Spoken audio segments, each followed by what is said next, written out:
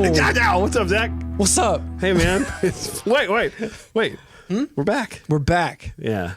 I always say we're back because we do the show like every 2 weeks. So it always feels like we're back, even though it's a regularly scheduled 2 weeks for the show. We're back. But we're back. But we are back. We're back, baby. Yes. What's going on? Nothing much. We got a new angle. What's everybody think?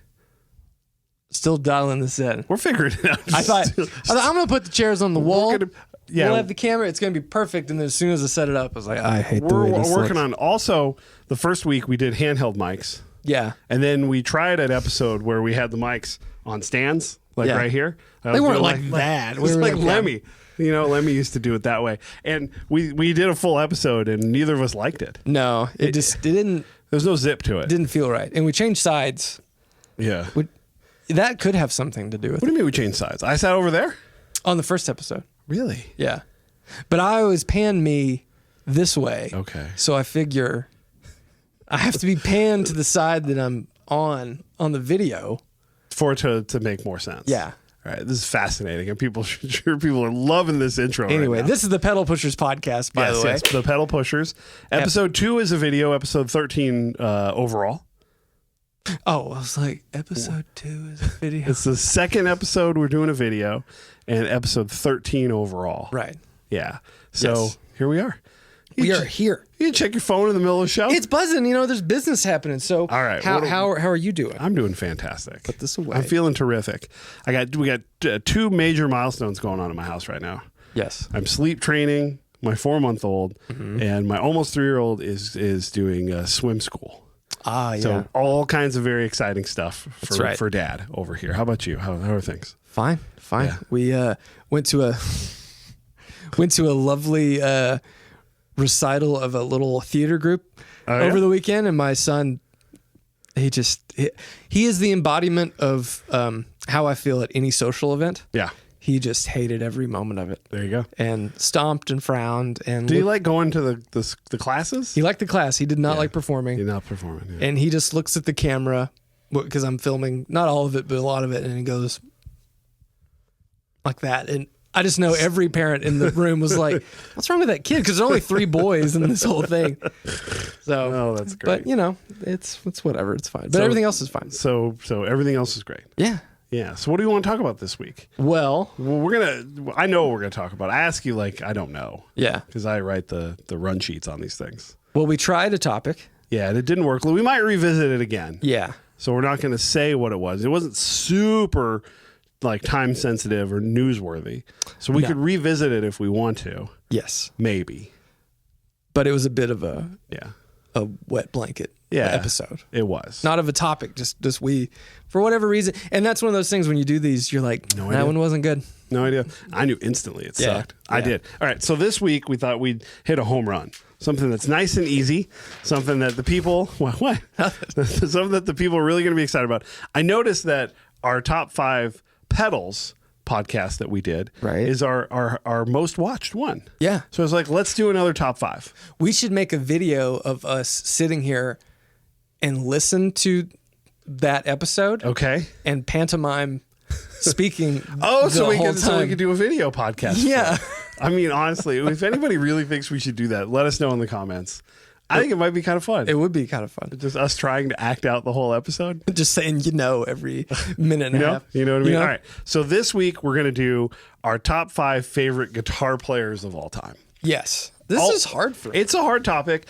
I've got some like 3 people that came to mind instantly that I would say I talk about enough that people will know who they are when we get there. But then the other ones, I really wanted to think about it. And, it's as we're introducing ourselves on the Pedal Pushers, for people to get to know us, it's a good way to sort of dive into our psyche a little bit more of what kind of guitar players we're like. And I thought about getting... Can you see it? I thought about getting cute with my list. And then I just decided, it should just be the things that I would normally pick. Are you accusing me of getting cute? No, I'm not accusing you of getting cute. I'm accusing me of being very boring. No. It's like it's not supposed to be. It's supposed to be you. I know. And you are very boring. I know. I say that the nicest way. Chalk and cheese. Oh my gosh. She's I gotta hold this cable. It's like that's So why I was doing undoubtedly- this thing. Like I was like trying to like think like what singers do that whole thing. Russell. Who is that? What it's doing? We'll edit it out. You know how to do that stuff, right? Just edit it out. It's great. All right. Do you want to start, or should I start, or should we open our cans? Let's open a can because it's getting hot in here. All right, cool. You know what? Yeah, we got to do the. Well, I want to open it. Oh, you want to do that? I'm gonna do it like Can I want people to see? point Can this. people see? Here, let's double mic it. Okay.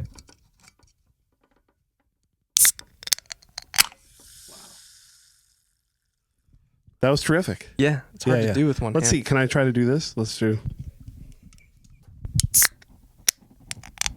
Yeah.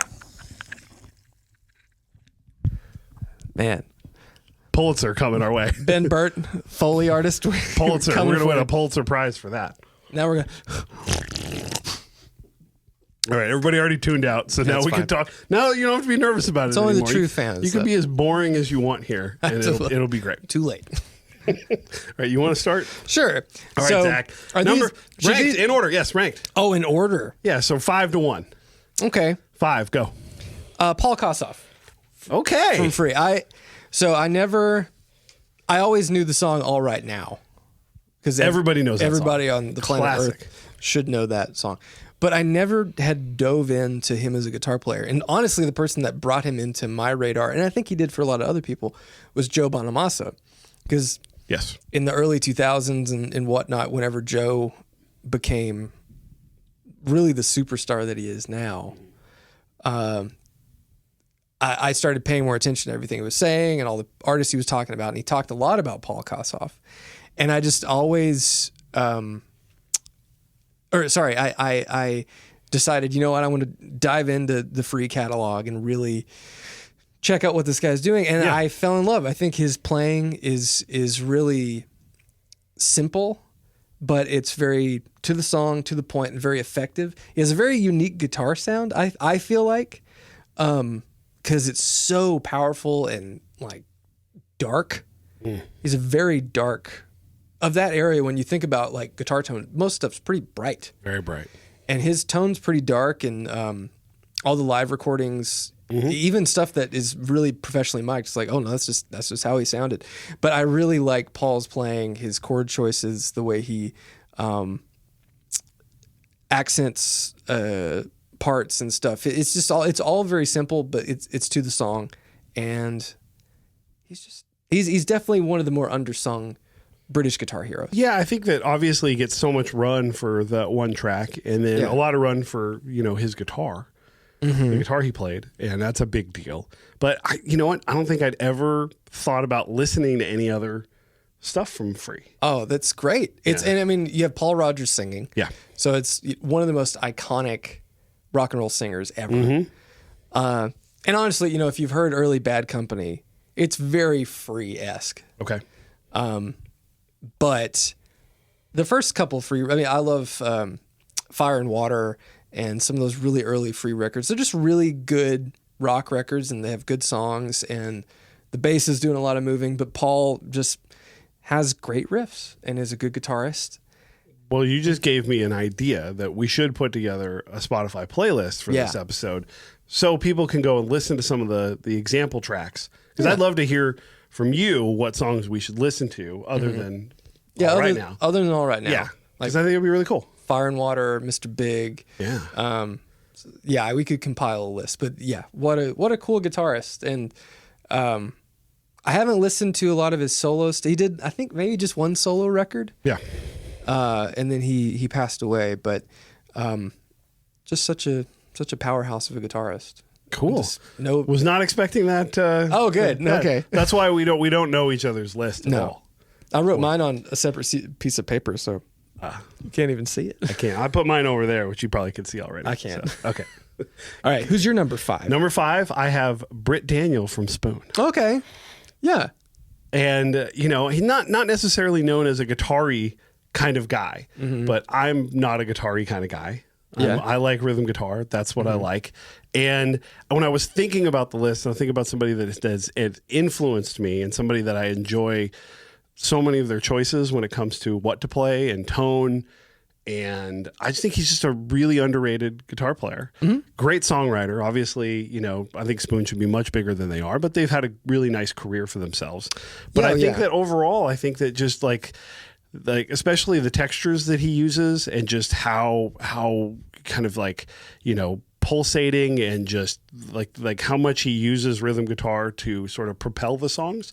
Not necessarily like where like a lot of the riffs are super memorable as far as the hooks of the song, but how he uses, because a lot of the songs, you know, there's a lot of good bass lines, there's a lot of keyboards, the drums are always incredible on Spoon stuff. But I think that there's just something to that there where I was like, there's a sort of a magic to like using rhythm guitar to just sort of like tell a full story without it being like where you're like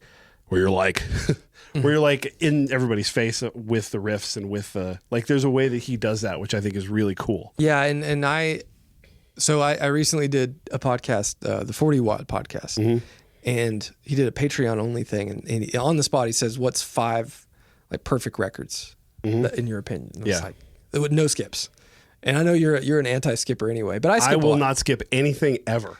So I didn't put any ZZ Top on the list because there's the slow ones I'm skipping. You're a skipper, yeah. But got Alan Hale over here skipping so much. Who's that? That was the skipper.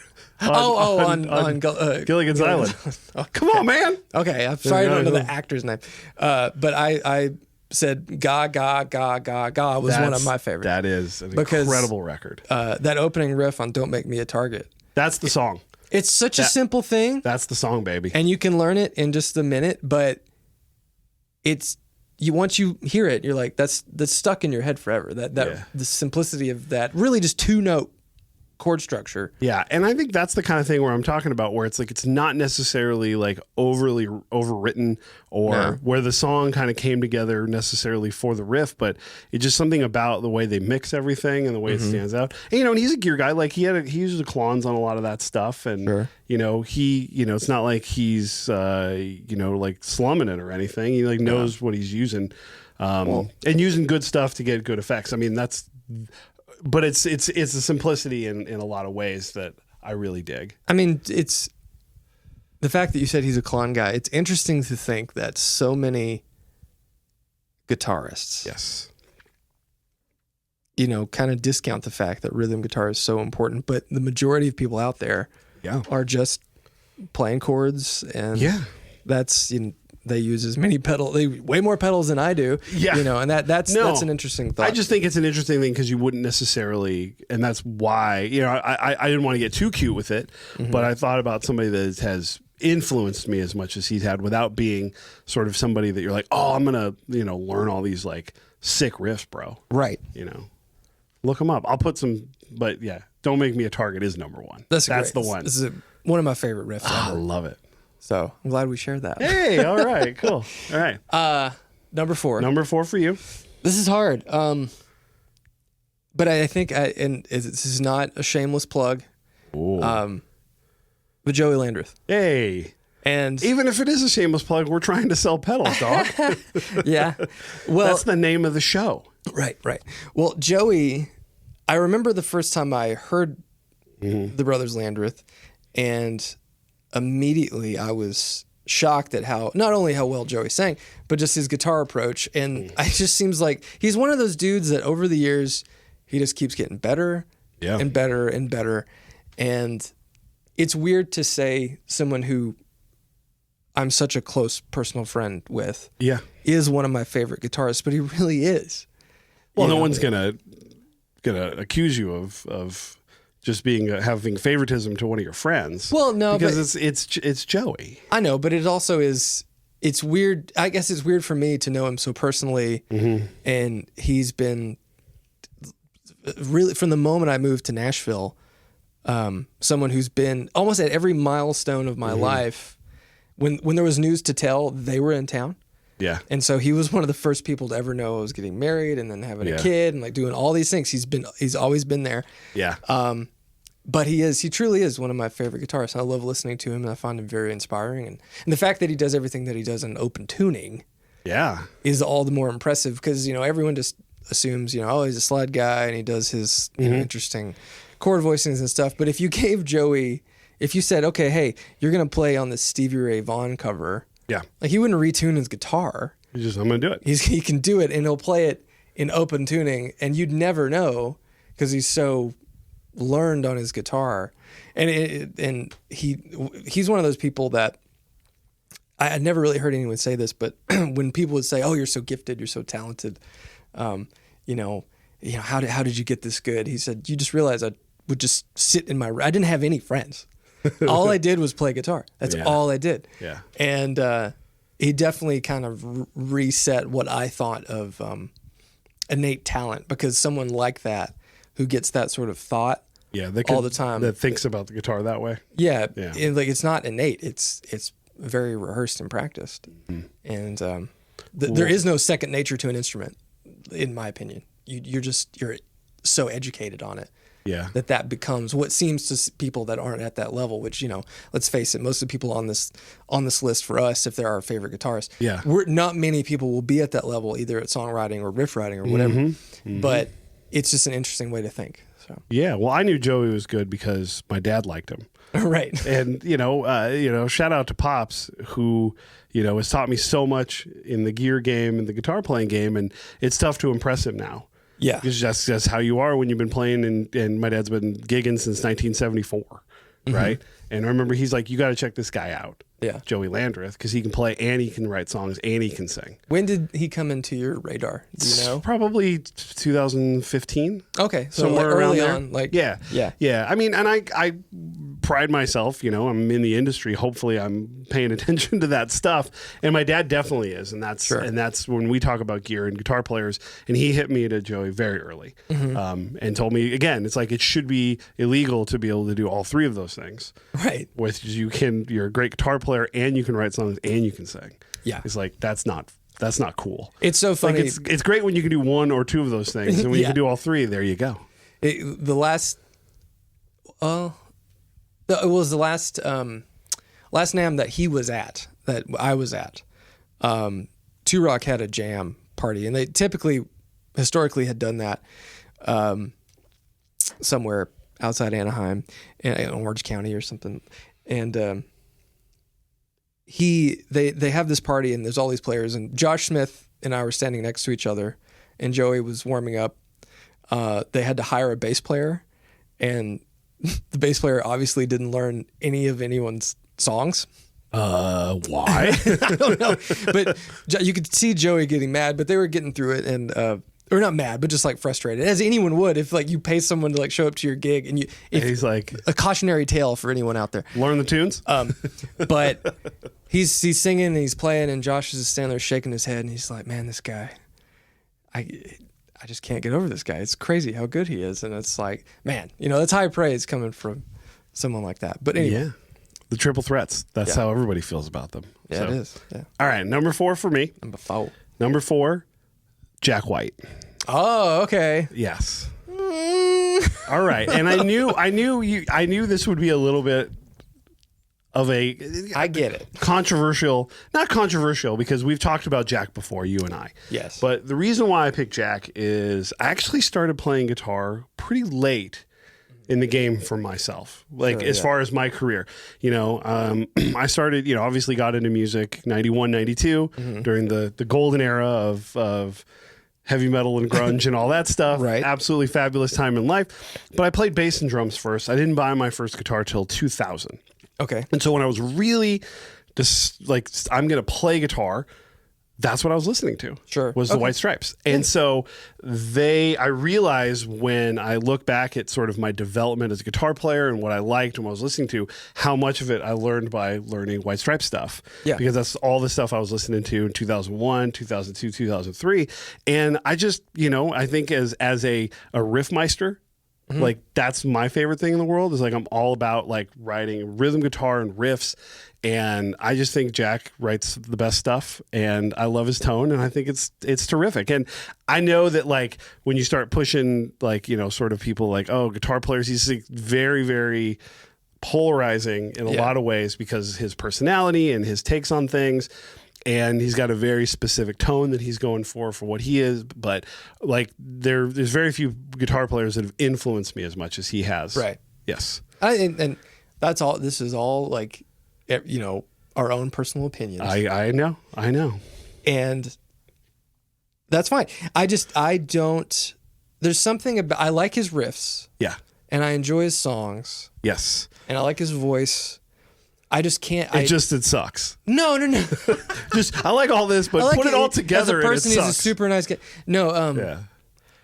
I don't like his solos. He's one of those guys. Yes. It's like, I feel like just, you write as many riffs as you want to write. Yeah. Write as many songs as you want to write. Yeah.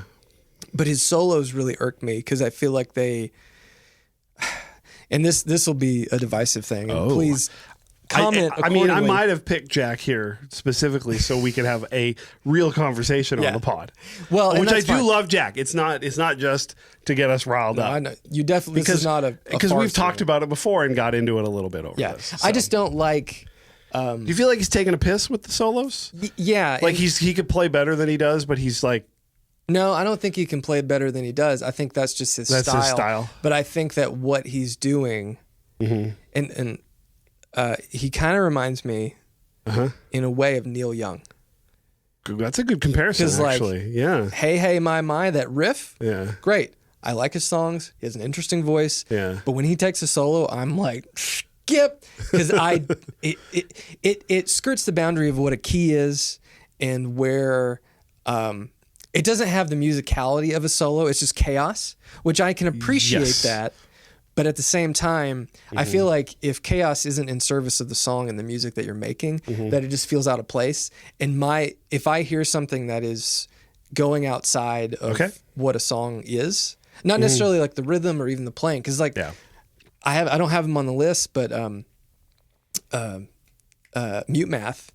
Like that guitarist, he just picks up his pedal board and he like makes noise and then like taps his tremolo pedal, and that's a solo, and it's in service of the song and it feels right. And for whatever reason, like you don't feel that Jack is doing it in service, because I think that is, I mean, to me clearly that's the point. I don't think a guy who's as talented as he is and is sort of like understands the assignment, as I like to say, or somebody that's like has thought this through, like with the image and the presentation, doesn't know that that's what he's going for with it, even if it does like bother some people. Yeah, well, like I think that's and to your point though, like I've never thought about that once. I know. When a lot of people don't, and I don't, and maybe it's like I've got dumb ears, and that's like, you know, it's ignorance is bliss, and that I don't hear things that way, and I just think it sounds, you know, it's cool.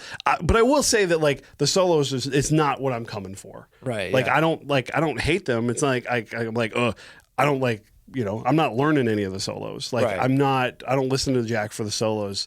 I'm good with them. You know what I mean? Yeah.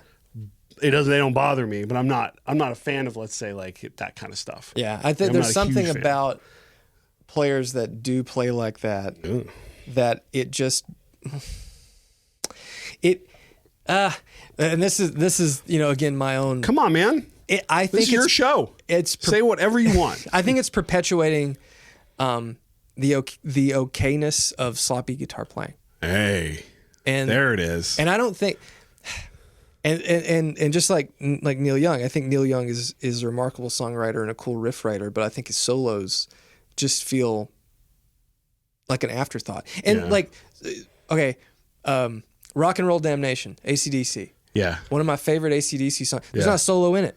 Yeah. Songs don't have to have a solo. They do. I mean, his Seven Nation Army doesn't have like a real guitar solo on it. Yeah, and that's fine. It just has like some fills and here and there. I'm cooler with those things existing. I hear what you're saying. So that's just again, shout out to Pops. Most of the things that I say on here are going to be filtered through things he's said to me over the years. And I remember I was playing him a song by this band, Diamond Knights. Great band, like mid 2000s Brooklyn band. No one's ever heard of them. But terrific band. Look them up sometime. And I remember they had a solo in one of the songs, and my dad said, "Would it kill him to like try?" and it's like, and it's sort of like that is always like I remember him saying that, and so I think that there is something to be said for like, are you playing in an intentionally like sort of chaotic? Yes. And like that is a debate. Maybe we need to call Jack up and ask him, like, is that how you really play? Or are you doing something? What a hard thing to ask somebody. Isn't that a great question though? Yeah, I think he's playing that way intentionally. I think he totally is. And Jack, honestly, like I've only been around him once. Yeah. But he could have not been a nicer person to talk to. Well, that's good. Yeah. And in all honesty, it was at Carter, and I probably told this on Dipped in Tone, but it's been a while. Well, tell the story again. He was in, and he was in just normal. He looked just like you or I. Wasn't in a weird suit or any crazy clothes. Dolled up like Jackie Boy. He was just there. He had a ball cap on and like a t-shirt and jeans, and he was shopping, and he came in on a day that I was just absolutely swamped. First Aid Kit, the band, had just come in. I had helped. It was like, I don't know where everyone else was, but they weren't doing any work. So I was taking care of the whole floor. And he was like, hey, and asking me questions. I was like, oh, yeah, just give me like 1 second. And I looked him in the eye, and I had no idea who he was. You didn't recognize him right away? No.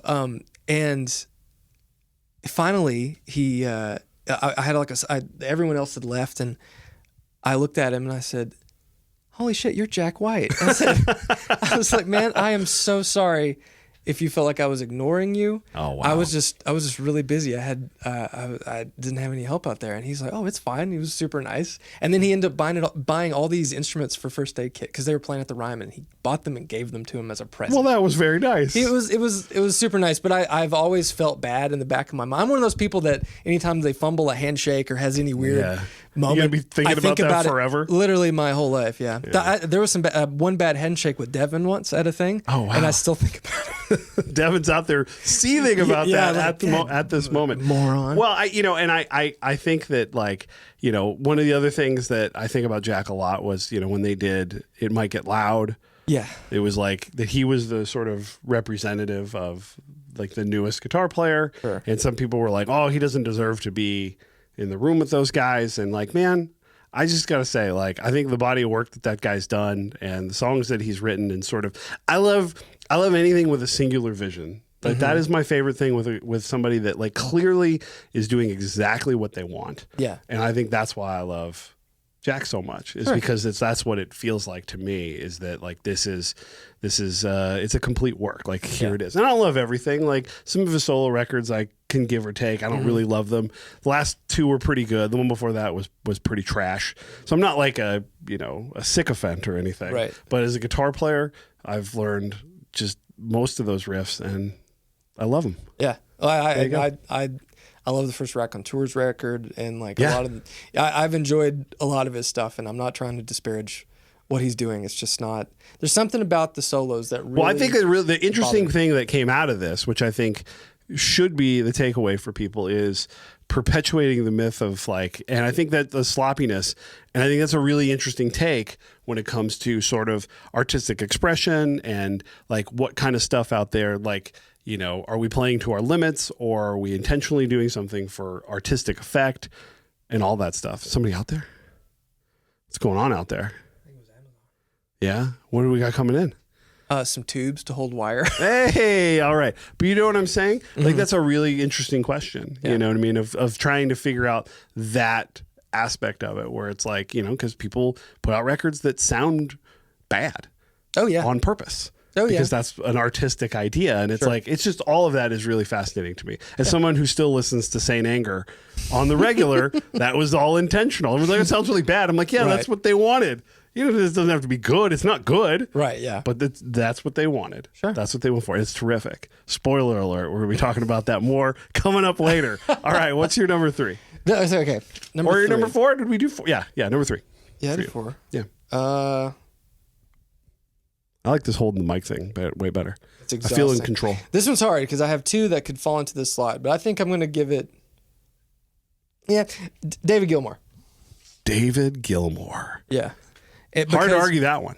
Yeah. That's terrific. I go through, I talked about this before, where I only listen to like one artist. Oh, I do that. I do that very similar. Yeah. I mean, for like a year. That's a little much. Yeah. That's a little much. I do that. And I'll listen to every record and just try to absorb as much as I can. Yeah. And there was a time when I was living I went to MTSU and I was living in Murfreesboro, and this was kind of when I was dabbling in first starting modding pedals and stuff. Drugs? No. No drugs. It's Pink Floyd. I gotta ask. No. That came later. But I'd of course listened to Pink Floyd on the radio, but I'd never really dove in. Right. And so I went head first and just fell in love with his guitar playing and his sense of melody and everything about. I mean, no, well, hold on, not really everything. I don't. Echoes and is great, but some of that earlier stuff, I'm not a huge fan of early Pink Floyd. No, Sid Barrett Head? Well, I mean, Sid was only on the first record. Yeah. But like Gumma and like those, like, you know. Pre-Dark Side? Yeah, pre-Dark Side. I mean, like, I like Live at Pompeii for what it is, but mainly just for Echoes. Yeah. Because I feel like Echoes was the precursor to what they became. Dark Side of the Moon and everything else after that. But yeah, just his approach and sense of melody and the fact that he would sing his solos and then transcribe them really kind of informed a lot of decisions in my head about what it meant to write a solo and how, and even though I was never like a shredder and I had never come from that school of thought, learning how he did that really made me reassess how just I played. Yeah. Because there was no breaks, there was no breath, there was no time to breathe. You know, I'm not trying to be ironic here, but it really made me slow down and think about what I was doing. And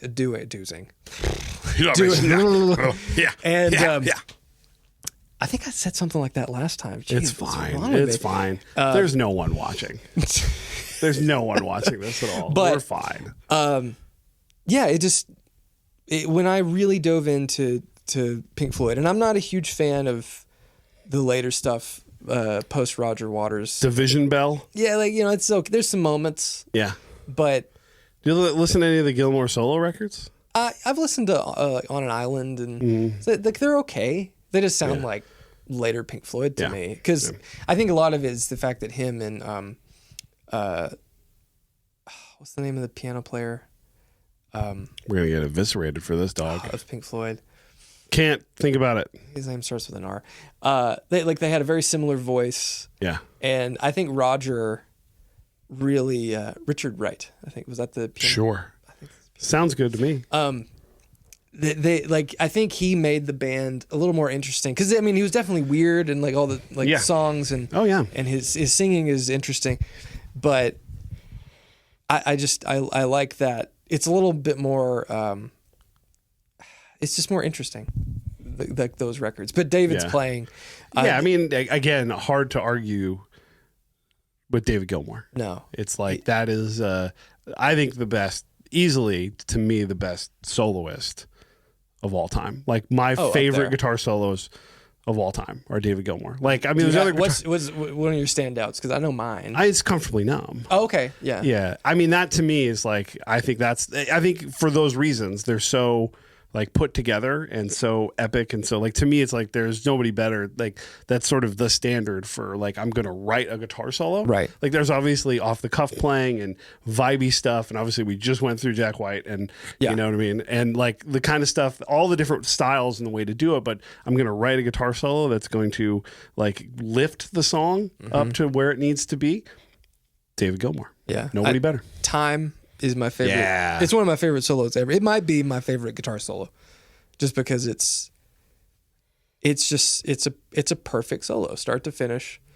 Yeah. It's totally in service of the song. It has stuff that you would not expect to happen necessarily. Oh. And it's just so well thought out. And David Gilmour is one of those guys that we haven't spoken about this, but when people try to play like David, okay. It's call him out. Well, it's hard. He has a very specific vibrato and his tremolo thing. Even if you get the your Strat with like a short arm and like do the whole thing. Yeah. Playing songs just like David is really difficult. Yeah. And he's just up there for me. He's one of the greats. There you go. So and he has like a boat studio and like. Now he's like one of his kids is like playing guitar and stuff. Sure. And like, he just seems. Seems like a cool guy. He seems like a cool dude. What a cool dude, man. But yeah, dude. But there one of my if you're a fan of Pink Floyd and you've never watched The Making of Dark Side of the Moon, Have you ever seen it? No. Oh, it's awesome. It has all this footage of them actually doing it. Yeah. And then they still have all the stuff. Yeah. And it's all the members of the band, and they're playing the parts, and like they set up like the synthesizer making like On the Run. Oh yeah. Like he's like, oh yeah, I just did this beep boop beep beep, and then I sped it up and it's Like, wow. It's so cool. It's like, oh, that's all it is. Yeah. But it's this you can see the genius there. Just from guys, the young guys saying, what if we made a loop, but it was longer than what we have on a machine and we put it around a mic stand, for money. It's so cool. It's so great. That's anyway. Great. Terrific. That was my number 3. That was number 3. Okay, number 3. That was number 3. What's your number 3? Well, the top 3 were a slam dunk for me, but hard to decide exactly the order. Yeah. But I think for 3, I'm going to go with Billy Gibbons. Okay. No, is Billy on your list? Yeah. I knew it would be on your list. Yeah. So it has to be. we could. You want to skip that so we can talk about Billy at the same time? Yeah, let's do that. All right. So let me go to another one on my list, which would be Josh Homme, Queens of the Stone Age. Sure. Again, anybody that's ever listened to me talk over at any length of time in my career knew that man would be on my list. Obvious choice. I didn't think about your list too much. Yeah. But now that you're saying all these, I'm like, of course. And I know what number and everybody knows, what number 1 is. But Josh, to me, again, I'm choosing, I think he does have a distinct soloing style, but isn't like necessarily ultra prevalent in the songs that they write. Yeah, I feel like he does a better job of that. Of fitting. He does. Because Queens they have a very specific sound. They do. But Josh, again, it's all about creating really interesting textures and really interesting sounds and really interesting stuff. The riffs are amazing, from the desert stuff. I mean, the first Guitarists record came out when he was like 17 years old. And we've got all the way up to, they just put out a new record and he's 50. And he's been putting out music the entire time. And I love all of it. Yeah. Unconditionally, no skips. That's how I am with Josh, because his voice is through all of it, and he's got such a unique sound, the scales that he uses, and just the rhythms and the melodies. There's so much stuff in there where there's notes that you just don't expect to be there. Sure. And I think that's what I really love about him is he really makes me think if I'm playing something or writing something, I'm like, can I make this a little weirder and a little bit more interesting? Sure. And then he plays stuff that is like a normal structure, and he still makes it sound like him, which I think is, again, that's the hardest part. That's the hardest part, but he's cultivated something over this length of time as a guitar player. And it's just to me, I've told the story a million times and I'll tell it again. But I was so bored with so much of this stuff, in the early 2000s. This is before I'd heard, the first White Stripes record, because I didn't hear that until Fell in Love with a Girl hit in 2001. But it's 2000 and it's all Nickelback, all Creed. I'm listening to stuff like the Deftones and Incubus, and I like all that stuff. Right. But I read the review of Rated R in Rolling Stone magazine, and the way they described the guitars, I said, this is what I've been waiting for. Right. I went and bought the record, and I was like, holy shit, this guy is in my head.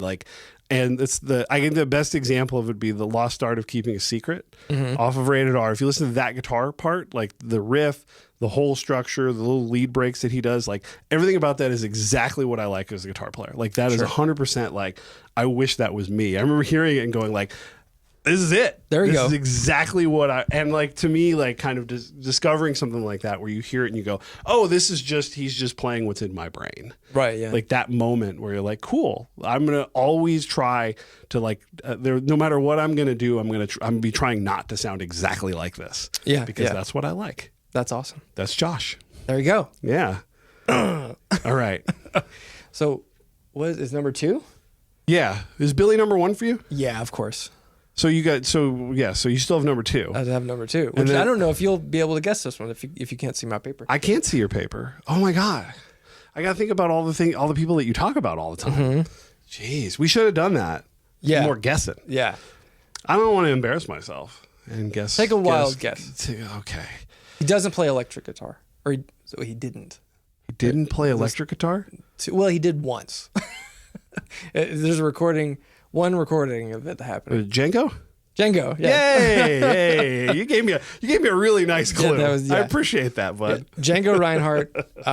When I was learning how to play guitar, I was super discouraged early on because of my hand. With my that thing's all broken fucked wrist. up, dog.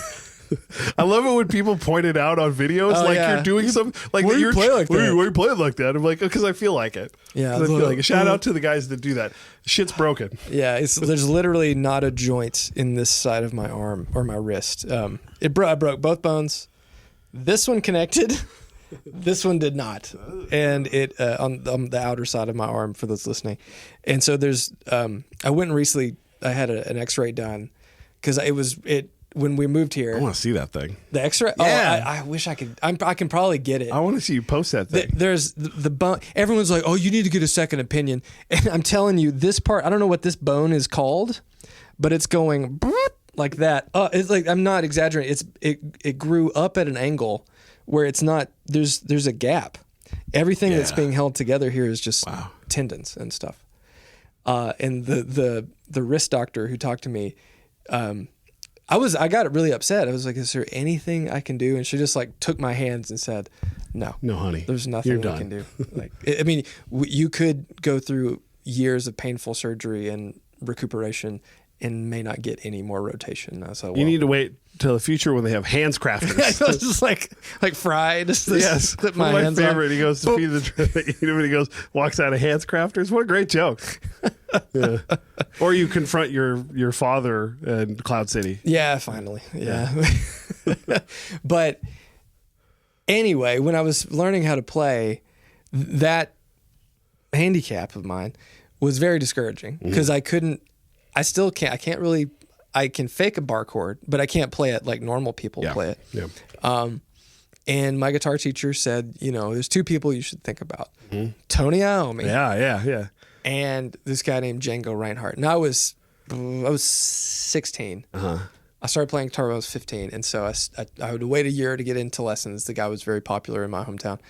And he turned me on to Django, played stuff, and he was like, what do you think about this guy? I was like, it's cool. He said he only had 2 fingers he was using. And I went, what? And it boggled my mind. And even to this day, I listen to it, and it just, it's hard to fathom someone being able to play like that. Yeah. But he didn't know no better. Well, he already had been playing, and then there was like a candle fire, like in the he was literally a gypsy. They call it gypsy jazz, but he was I mean he was a gypsy, and just tore him up. He could still kind of use his ring and pinky finger for like doing some chord shapes, but just his ability to adapt and play with speed and musicality, it just really inspired me, and it's one of those things that he probably didn't know any amount of theory or anything. It was just all in him, and he could play to whatever Grappelli or whoever, Grappelli played the violin in their hot jazz trio and stuff. Whatever he played, Django could play, with it.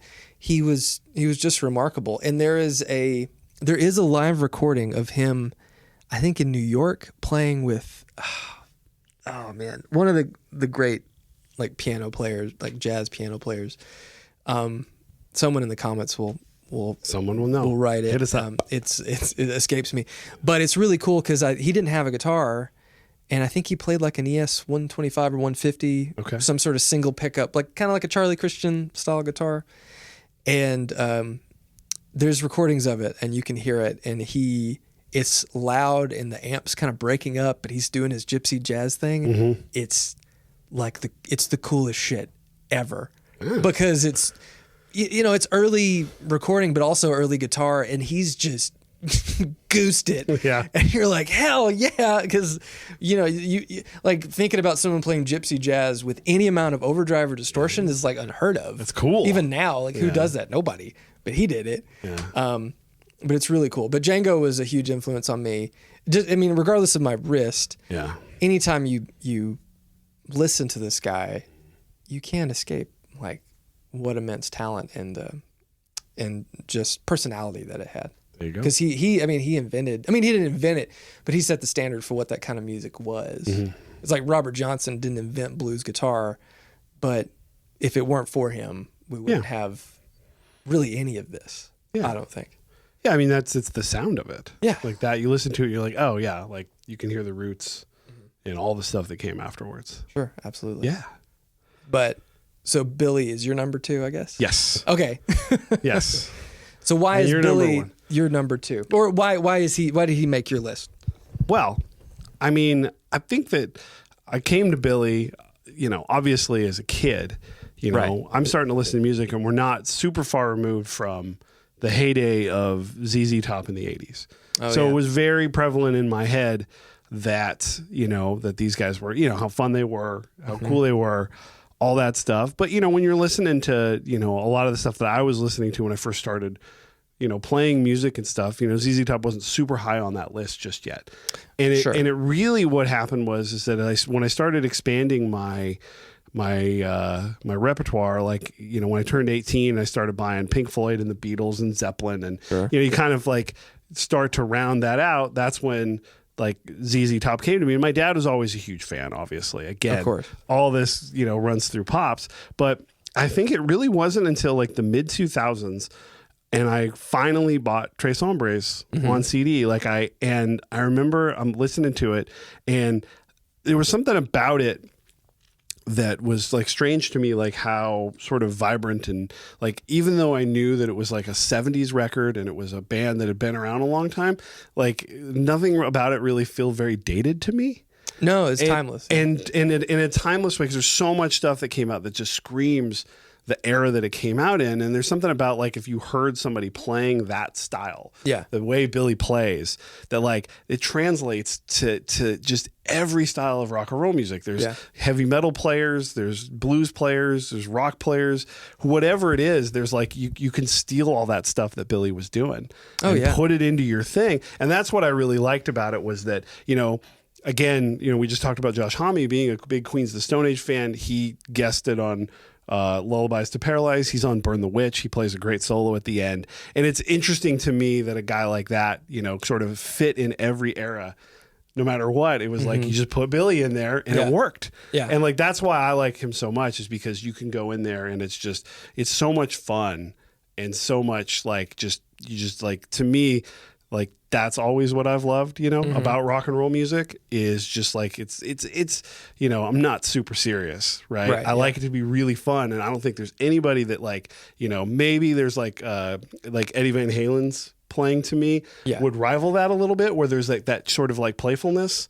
Like I'm so good that I can throw things in there that like show off like how much fun I'm having, and that big smile. But like Billy did that better than anybody, which is just like, you can hear it in the licks, in the solos, that he's just having a blast. And I just love that. It's so much fun to play, because it just, all that personality comes through in the guitar playing. Yeah, absolutely. So that's why I love Billy. I think Billy, I don't know if I think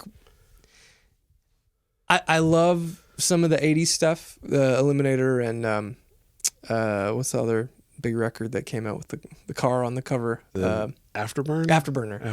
And then Recycler. Yeah. Aptly titled, because they shouldn't have been still doing the sound, and they did it anyway. Like even on those couple records, there's a lot of fun stuff and some really good guitar playing. Yeah. But for me, Billy's the first handful of records. Yeah. I don't know. I think a lot of it, what you're saying, like with listening to those old records, why they hold up so well now, it's just the production was really good. It was great. They were really focused. It doesn't feel like there's a bunch of, I mean, not all the songs are perfect, but there's a lot of good songs. They're all perfect, no skips. I know what you're saying. I know. But like they're very well thought out, well produced records that, I mean, at that point in time, the band was, I mean, incredible. But I think really, and this is an aside to Billy as a guitarist, but what ZZ Top was doing back then was so good because of just how tight they were as a band. And I think a lot of that kind of went away. And the reason why ZZ Top is so much different now has a lot to do with Frank, because Frank got in a car crash. Yeah. and it really damaged his ability to drum. But if you go back and listen, not only to those records, but find some live bootlegs of them. Yeah. It was prior to the ZZ Top worldwide Texas tour, where they literally took like bulls and snakes and stuff on the road. They had like an animal trailer and stuff and set them up on a stage, literally trying to bring Texas to the world. Post that, I think that's when Frank. Yeah. Do you remember what year that was? Sorry to put you out like that. It's after DeGuello. It's right before all the MTV era. Yeah. But Billy's playing, and really, like, the records are great, and his playing is great. All his solos are, like, talk about just lightning in a bottle, every single one of them. Like, especially on those early records, I can't think of a solo that's like, that was kind of a stinker. Like, they're all, like, really good, and all the riffs are really good. Even if you just say, okay, you're gonna play a basic blues tune, the way Billy approaches it is so much different, because he was brought up going and seeing all these greats, and it just was, it permeated his being, and these riffs and sounds were all like in his hands and in his head. But there's I just like, my thought just went, oh, goodbye. But his just the way that the hearing him on those records is incredible. But find the bootlegs. They're so heavy. They're very heavy. They're very fast. But also, there's a lot of stuff out there from the early 70s that was that Taco Bell we had for lunch. Speaking to me, we went to Taco Bell, and we are now in Taco Hell. That's right. We have arrived. Woo! But his guitar playing is just unbelievable. If you find those, just go on YouTube. Type here's how you find it. Type ZZ Top Live 197 asterisk, and it'll find anything with that, like 7-1, 7-2, 7-3, and it'll find, there's like this one ZZ Top YouTube channel that's, I think it's ZEE Top. Yeah, try to avoid the I don't know the scraping. He just posts bootlegs, live bootlegs, and some of them are just. It's incredible. Yeah. And if you listen to those recordings and go, I don't know, then I don't know how you could. I don't get it. I don't get you, shit's man. Fire, man. And I think it's also been a big part of like our friendship too. Yeah. When like you sort of discover that like, oh, like you like, obviously Billy is like a very prominent influence for you, a very upfront influence. And then for me, it's sort of like, I don't necessarily talk about him a ton, but then, over the years it started like piling up. And then I realized like how much, how much I appreciate it. And the other thing I was thinking about, and I know this is like maybe a funny way to put it, and I don't know if people are going to agree with this or not, but here's my take on it. I think one of the things I do like about Billy is that a lot of it is so approachable, but it's still really fucking hard to play correctly. It's very smart. And it's like, that's like if you take like Waiting for the Bus or a lot of that stuff, the feel is so Billy and so incredible. Like you can get in there and it's just like, I'm playing the notes. Yeah. Learning the riff and then playing along with the record is very different. Yeah. And hard. That's what I love about Billy is that, like, to me, it's like, again, I'll say it by most of the guitar players that I'm choosing. I just love that the personality is so apparent. And I don't think anybody's done that. Like I said, maybe Eddie, then Billy has. Where it's like, that's like, I remember I was talking about that once with Devin. And I remember him saying something about that, where it's like, he likes, we were talking about a Fu Manchu song, and it had a riff that was similar to a Van Halen song. And he described it like, it's almost like in the middle of it, he's like laughing in the middle of playing the lick, the riff. And I was like, I feel like Billy does a little bit of that too. Yeah. Like he's you're in on the joke. Like it's not like he's playing anything that's like funny sounding. It's just, there's that spirit. And all that stuff, He definitely has, like, it's a very specific bag of tricks. That's way more than like pinch harmonics. I think a lot of people kind of rely on that too much if you try to play like Billy. It's just Yeah. like try to pinch harmonic everything, and he does do that. Yeah. And it's really hard to get that right, to play Yeah. riffs like him doing all his little Yeah. tricks. But it's funny to think about, because I always loved ZZ Top when I was a kid because of my dad too. But Yep. I never listened to the records. My dad, he only had greatest hits CDs. Yeah.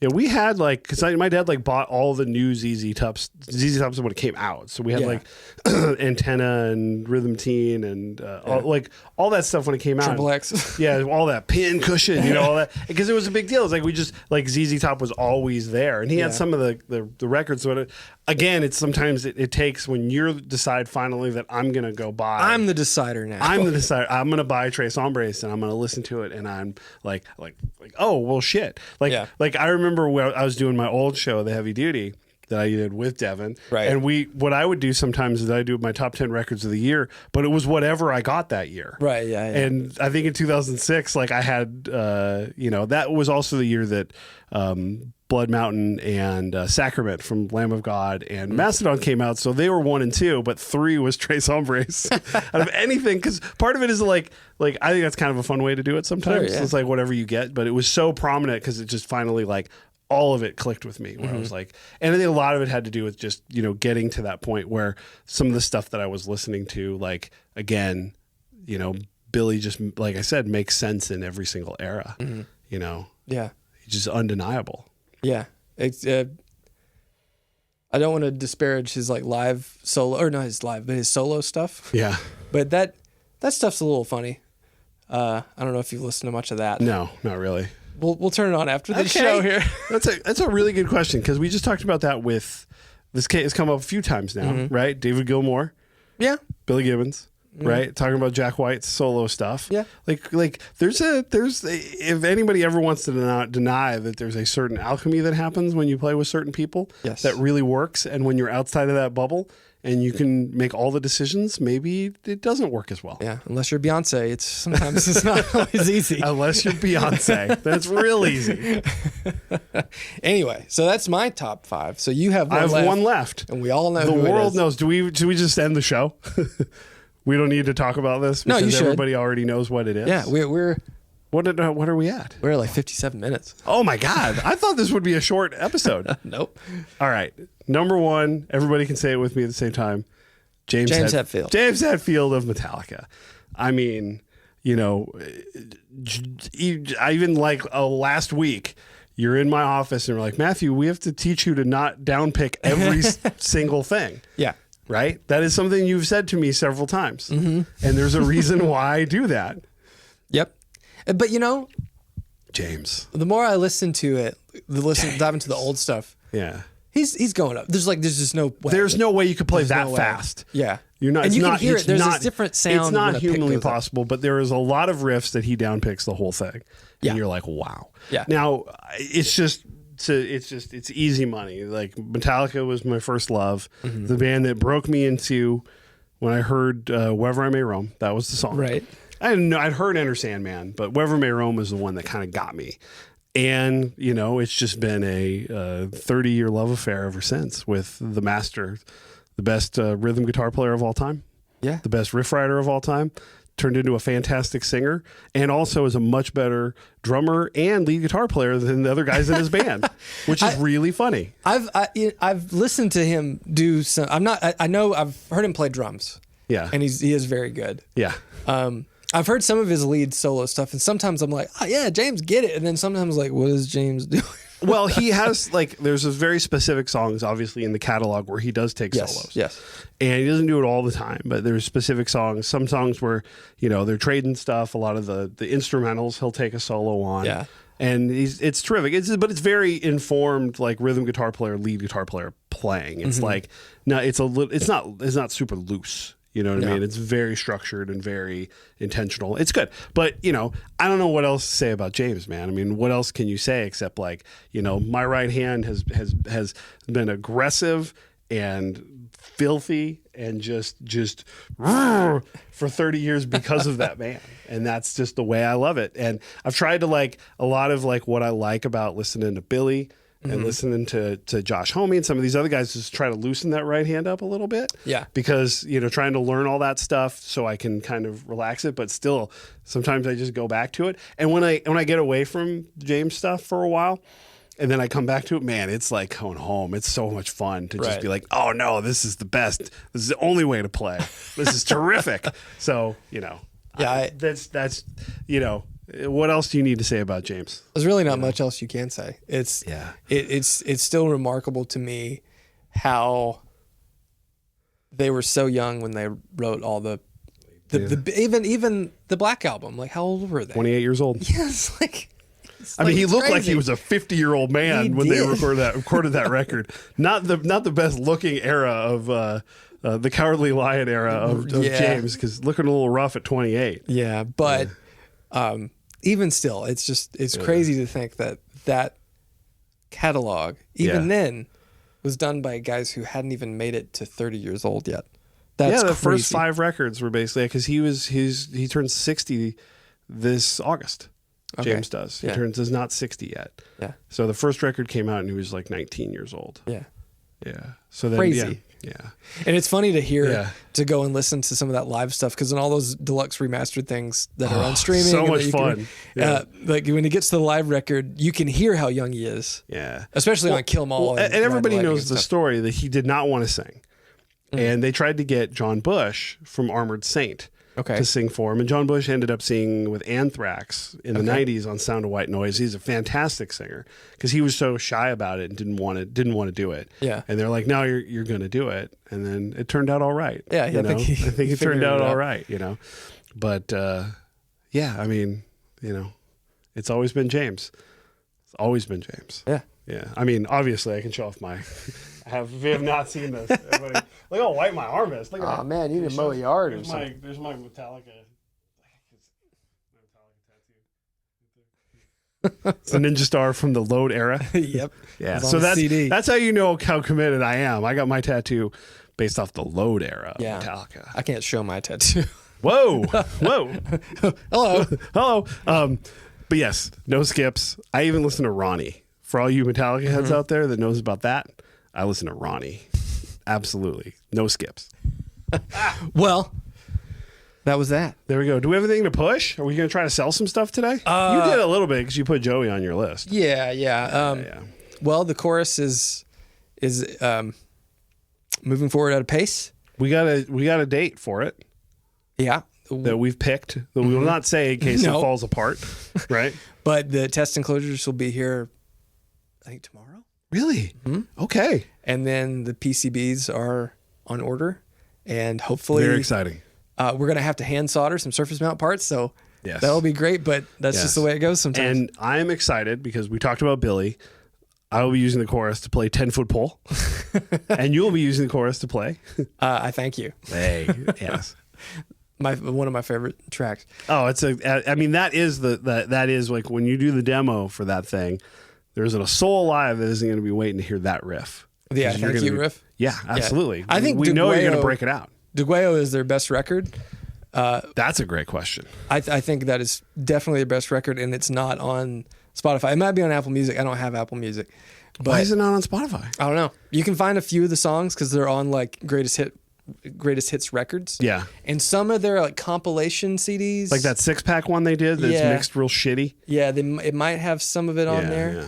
But I like Manic Mechanic has some colorful lyrics, but the rest of the album is most of the album. There's no skips. Is really good. There's no skips. There's some racist stuff in Manic Mechanic. Let's just say it. So, it's a good thing I don't ever listen to the lyrics. I had no idea. Anyway, none. That's why I like 10-foot pole so much. Favorite lyrics of all time. I point that out to sometimes to people they don't know. Most people don't know that. Most people don't know that. Don't know that song. It's such a great song. It's just a mumble song. It's just mumbles. Like it's the first mumble rap song. Why do you think I love? Because that's what I mean. Billy was having a good time. Billy's hip, dude. He knows what's up. He's in, man. Yeah. Well, there you go. Okay. All right, we did it. Let's turn some air conditioning on and I'm get the hell so out of here. goddamn sweaty. All right, well, tell us if you like the show. If you hate it, tell us too. I don't care. I read every comment. Mm-hmm. I live and die by them. I show them to my wife. Wife, look at this. I feel bad today because of this. This man on the internet made me feel bad about myself. Yeah. Well, awesome, guys. Thanks. Like, subscribe, do all the things, and we'll catch you on the next one. Woo!